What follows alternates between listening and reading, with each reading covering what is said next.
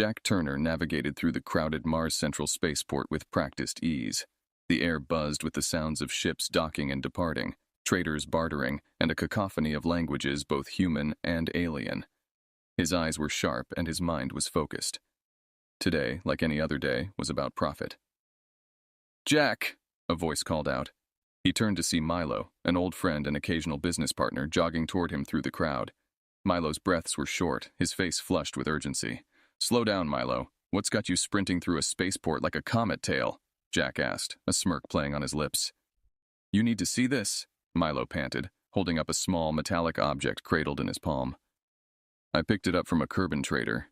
He claimed it was just a trinket, but you think it's more than that." Jack's interest was piqued as he took the object, examining its intricate carvings and the faint, pulsing light emanating from its core. "This isn't just a trinket." "Exactly," Milo beamed, pleased to have caught Jack's attention. "I figured you'd know what to do with it." "Let's find out exactly what we're dealing with," Jack suggested, leading the way to a quieter corner of the spaceport where they often conducted discreet business dealings. As they settled at a small, secluded table in a dimly lit bar, Jack pulled out a compact analysis device. He attached the object to the device, which hummed to life, projecting holographic data into the air. Jack murmured, scrolling through the data with swift gestures. "This isn't just alien tech. It's ancient.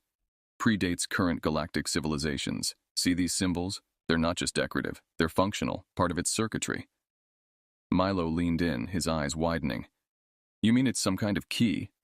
"Or a map," Jack added, his mind racing with possibilities. "And maps lead to treasure, or power." The bar's doors swung open, letting in a rush of noise from the spaceport. Jack instinctively turned, his gaze locking with a pair of sharp, calculating eyes.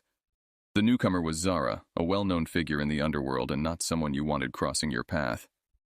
"Jack Turner, holding court in the shadows as usual," Zara called out, her voice smooth as silk but with an unmistakable edge. She approached their table, her eyes fixed on the artifact. "That looks valuable." "Zara, always a pleasure," Jack said, his tone casual but cautious. He subtly moved the artifact out of plain sight. "Just catching up with an old friend." "I'm sure," she replied, sliding into a seat, uninvited. "Word travels fast here, Jack, especially when it concerns potential fortunes. What have you found?" Jack and Milo exchanged a look. "Just old tech," Jack answered, hoping his nonchalance would deflect her interest. "Mostly scrap." "Don't play coy, Jack. You and I both know there's no such thing as just old tech in our line of work," Zara pressed, her gaze sharp. Jack sighed, knowing that misleading Zara was futile. "It might be something big, but it's nothing until we figure out exactly what it does. And when you do, remember who has the resources to help you reach whatever end this map points to," Zara offered, standing up. Her movements were smooth, a predator confident in her power. "Don't keep me out of the loop, Jack." As she left, Milo whistled lowly. "She's not someone you want as an enemy, nor as a friend," Jack murmured, pocketing the artifact. "We need to figure this out quickly, Milo. If Zara's interested, it won't be long before others are too." "Agreed," Milo said. "So what's our next move?" "We need to decrypt this fully, and for that we go to Europa. There's a guy there, an expert in alien artifacts. If anyone can make sense of this, it's him." Jack's decision was made with the same determination that had kept him alive in his perilous line of work. As they left the bar and headed back into the throng of the spaceport, the weight of the potential discovery in his pocket felt like the start of something new, or the beginning of the end. The soft hum of the Wanderer's engines filled the cockpit as Jack and Milo prepared for departure. The screens flickered with navigational data, plotting a course toward Jupiter's moon, Europa. Jack's hands moved with confidence over the controls, each flick of a switch precise and assured. "You sure about heading to Europa?" Milo asked, strapping himself into the co-pilot's seat. "It's not exactly friendly territory for artifact hunters." "It's our best shot," Jack replied, keeping his eyes on the screen. "Besides, it's about who you know, and I know someone who can help us." As the Wanderer slipped through Mars's orbit, a warning light flashed on the dashboard, accompanied by a shrill alarm. "Incoming vessel," the ship's computer announced in a calm, synthesized voice. "Can you identify it?" Jack asked, his voice steady despite the rising tension. "Scanning," the computer replied. Moments later, it added, "Vessel identified. Zeltronian warship, heavily armed." Milo swore under his breath. Zeltrons? Here? They must be after the artifact. Jack's jaw tightened. Looks like Zara wasted no time. He grabbed the communicator. This is Jack Turner of the Wanderer. State your intentions. The reply was a harsh, guttural voice, unmistakably Zeltron. Surrender the artifact, human, and we might let you live. Not a chance, Jack muttered. To the communicator, he said more diplomatically, I think you have the wrong ship. We're just simple traders. We know what you carry, the Zeltron captain snarled. Hand it over, or we will take it by force. Jack glanced at Milo, who nodded, understanding the unspoken plan. Prepare for evasive maneuvers, Jack ordered, his fingers dancing across the controls. The Wanderer lurched as Jack executed a series of sharp turns and dives, the Zeltron warship firing energy blasts that sizzled past, close enough to make the hull shudder. Jack kept his focus, weaving through the barrage with the skill of a seasoned pilot. Jack, they're matching every move we make, Milo said, his voice tense as he monitored the radar. I've got an idea, Jack said. He pulled the Wanderer into the shadow of a nearby asteroid. Kill the engines, now. The ship coasted silently, barely a speck against the vast, rocky surface. The Zeltron warship flew past, losing sight of them. We need a more permanent solution, Milo said, eyeing the radar. They'll be back. Jack nodded. Let's make a run for the asteroid belt. We can lose them there. As the Wanderer slipped back into full power, darting toward the dense field of debris, Jack's mind raced. This was no longer just about reaching Europa. It was about survival. The asteroid belt offered a dangerous respite, but it was their best chance. Navigating the belt with deft maneuvers, Jack felt the familiar thrill of challenge. He was in his element, turning potentially deadly situations into opportunities. Behind them, the Zeltron warship hesitated, its bulk less suited for the intricate navigation required here. We're clear for now, Jack finally said, letting out a breath he hadn't realized he'd been holding. They won't follow us into the belt. Milo relaxed slightly, though his eyes remained wary. That was too close. We need to be more careful. Jack agreed, though the edge in his voice spoke of his undeterred resolve. Let's get to Europa. We have an expert to meet and an artifact to decrypt. As the dangers of the asteroid belt loomed around them, Jack couldn't shake the feeling that this was just the beginning. The artifact in his pocket was more than a prize. It was a beacon, drawing danger with every light year crossed. The Wanderer's engines hummed a steady tune as Jack and Milo emerged from the treacherous asteroid belt, setting their course towards Europa. The moon's icy surface gleamed in the distant sunlight, a cold, unwelcoming sight that belied the potential help it could offer. Europa station coming into range, Milo announced, checking the communication channels. I'm hailing them now. A crackle over the comm was followed by a calm, authoritative voice. Europa station here, state your purpose. Jack leaned towards the microphone. This is Jack Turner. I'm here to see Dr. Emil Voss. Tell him it's about an old promise concerning rare artifacts. There was a pause, then the voice returned, slightly warmer. Dr. Voss is expecting you. You're cleared for docking at Bay 6. As the Wanderer docked smoothly, Jack and Milo prepared to disembark. The cold of Europa's station hit them as they stepped out, a stark contrast to the warmth of the ship. They were met by a woman with striking silver hair and sharp green eyes. Mr. Turner, I'm Lyra, she introduced herself, extending a gloved hand. Dr. Voss sent me. He's been held up in the lab, but he asked me to assist you in the meantime. Lead the way, Miss Lyra, Jack said, following her through the winding corridors of the station. They arrived at a secure facility, its doors opening to a cluttered workshop filled with alien technology and artifacts. The air was thick with the smell of ozone and metal. Dr. Voss has briefed me about your artifact, Lyra began, her eyes curious. He believes it could be significant. May I? Jack hesitated for a moment before handing over the artifact. Lyra examined it with expert eyes, running her fingers over the inscriptions. Fascinating. The energy it emits is unlike anything we've cataloged. What can you tell us about it? Milo asked, peering over her shoulder. It's certainly ancient, possibly predating known civilizations. It resembles technology from the Atraxian archives, but it's far more sophisticated, Lyra explained.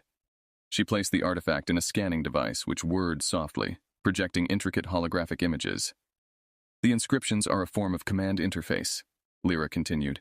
It seems to be part of a larger mechanism, possibly a map or a key, as you suspected. But where it leads...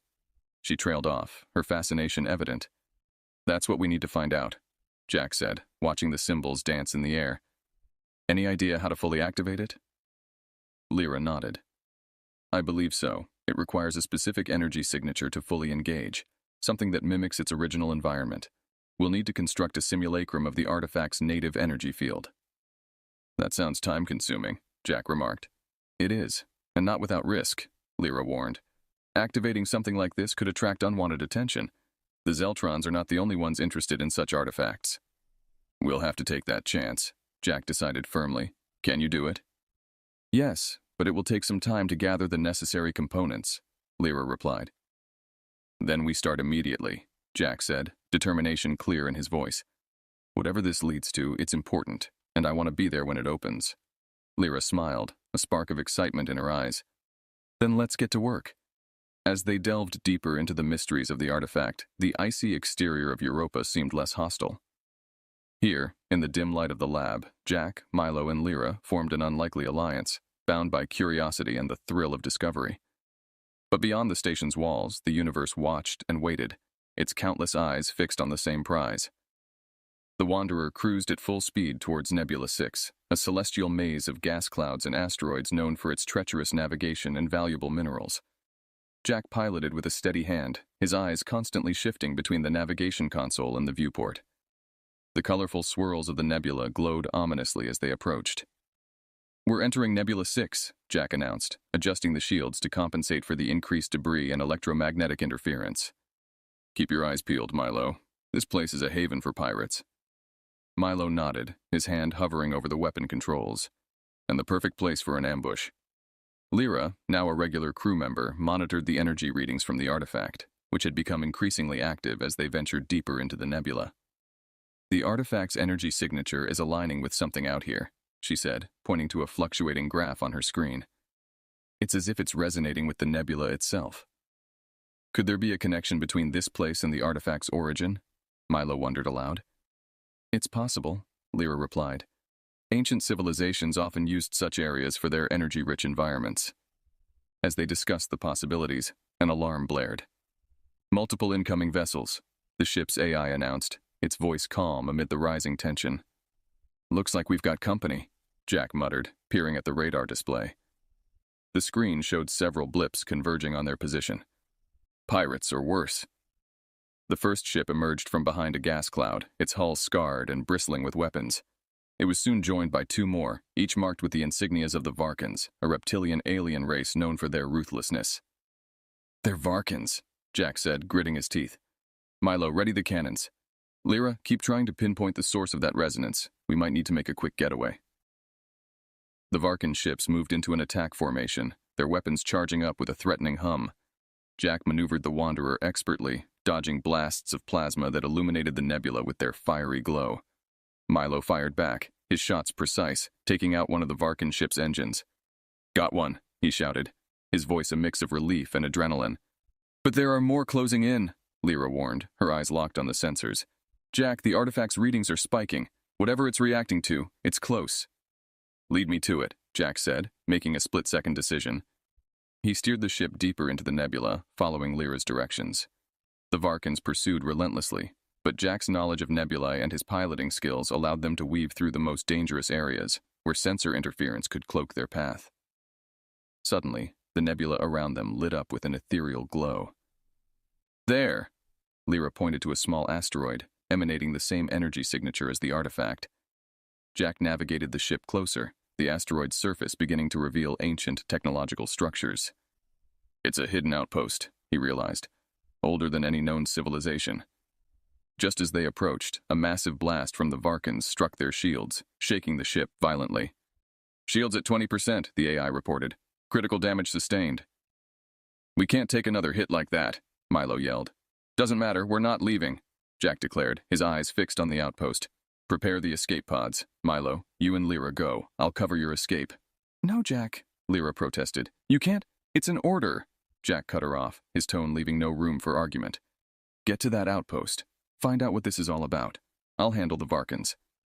Reluctantly, Lyra and Milo rushed to the escape pods as Jack prepared to make his last stand, hoping that his sacrifice would not be in vain. The Varkans closed in, unaware of the ancient secrets that were just within reach. Lyra and Milo's escape pod hurtled through space, narrowly evading the intense skirmish between Jack and the pursuing Varkans. With a jarring impact, they crash-landed on Xylo, a nearby uninhabited planet known for its harsh terrain and unpredictable weather patterns. As the dust settled and the pod's door hissed open, Milo took a deep breath, tasting the planet's metallic air. "Well, we're alive, at least," he remarked, stepping out into the dim light of Xylo's twin suns. Lyra followed, scanning the horizon with a portable device. "The outpost must be close. The artifact's signal led us here." Her face was set, determined, her mind clearly on their mission and on Jack's sacrifice. They salvaged what they could from the pod, supplies, tools, and the vital components of the artifact, and set off across the rugged landscape.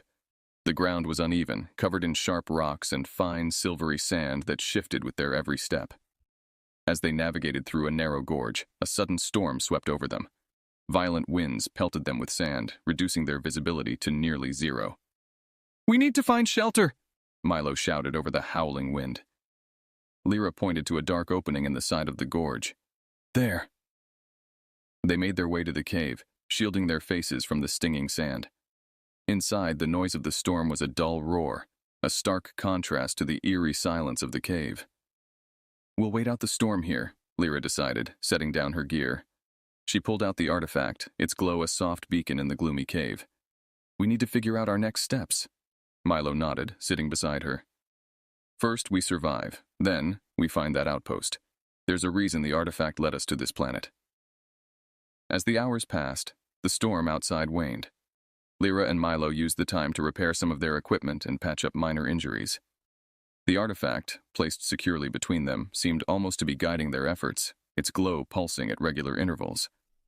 Once the storm cleared, they emerged to find the landscape transformed. The winds had uncovered part of an ancient structure, its surfaces marked with symbols similar to those on the artifact. "This must be it," Lyra said, her eyes wide with a mix of awe and anticipation. "The outpost Jack died to help us reach." They approached cautiously, their scanners detecting faint energy signatures that mirrored those of the artifact. The door to the outpost was partially buried under sand, but between them, they managed to clear the debris and access the controls. The door slid open with a hiss, revealing a chamber filled with alien technology, much of it still operational. "Incredible," Milo murmured, stepping inside. "It's like stepping back in time." They explored the outpost, finding datapads and other devices that, when interfaced with the artifact, began to reveal their secrets. "It's a library," Lyra realized, reading the data streaming across her handheld device. "A repository of knowledge from a civilization that predates the current galactic empires." As they delved deeper into the outpost's archives, Lyra and Milo uncovered schematics for technology far beyond current understanding, including weaponry and space travel. "We have to get this information back," Milo said, his voice earnest. "It could change everything." "But we also need to be careful," Lyra added. "This knowledge in the wrong hands." They agreed to secure as much data as possible before attempting to contact any remaining allies who could help them return to civilized space.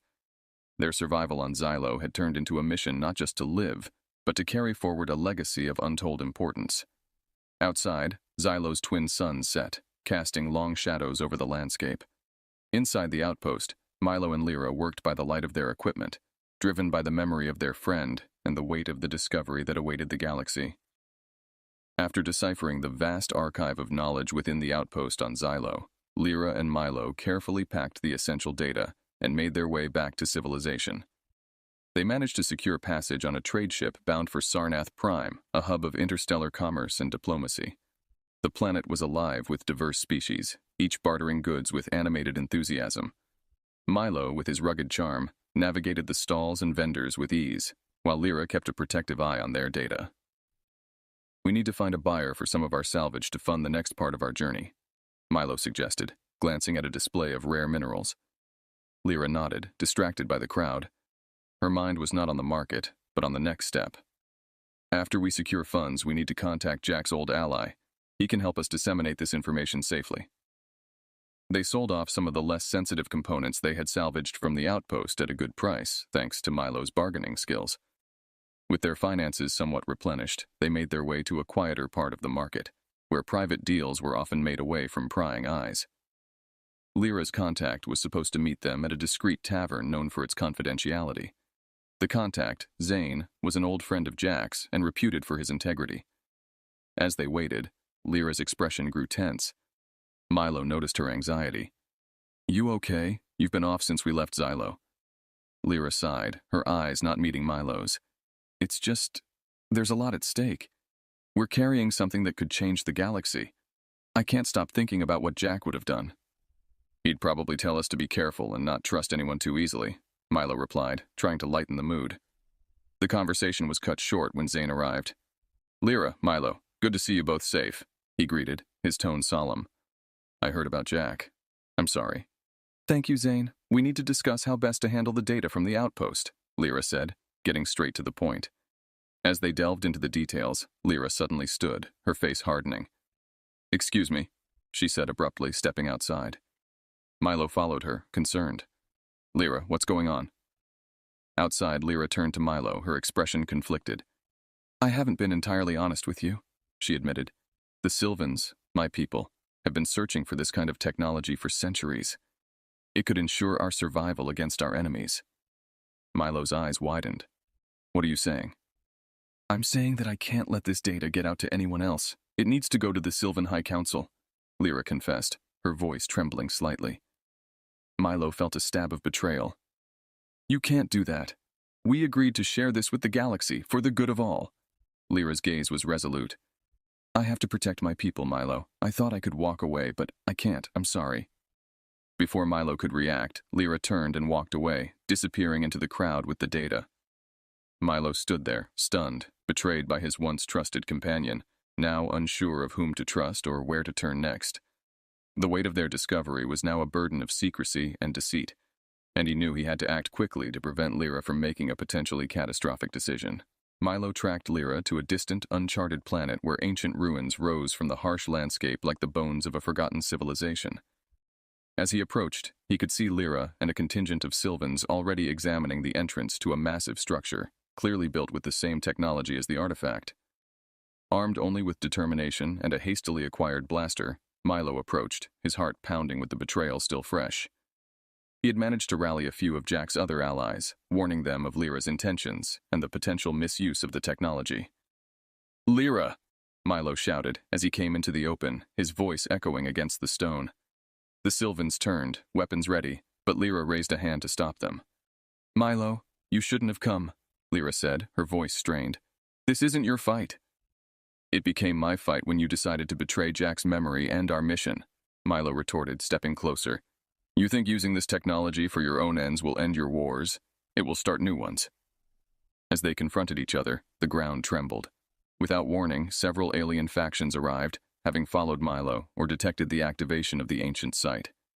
Varkans, Zeltrons, and others, all drawn by the promise of power that the ruins held. A chaotic skirmish broke out as each faction vied for control. Lyra looked at Milo, a trace of regret in her eyes. "We need to work together, Milo. Please." Realizing the greater threat, Milo nodded reluctantly.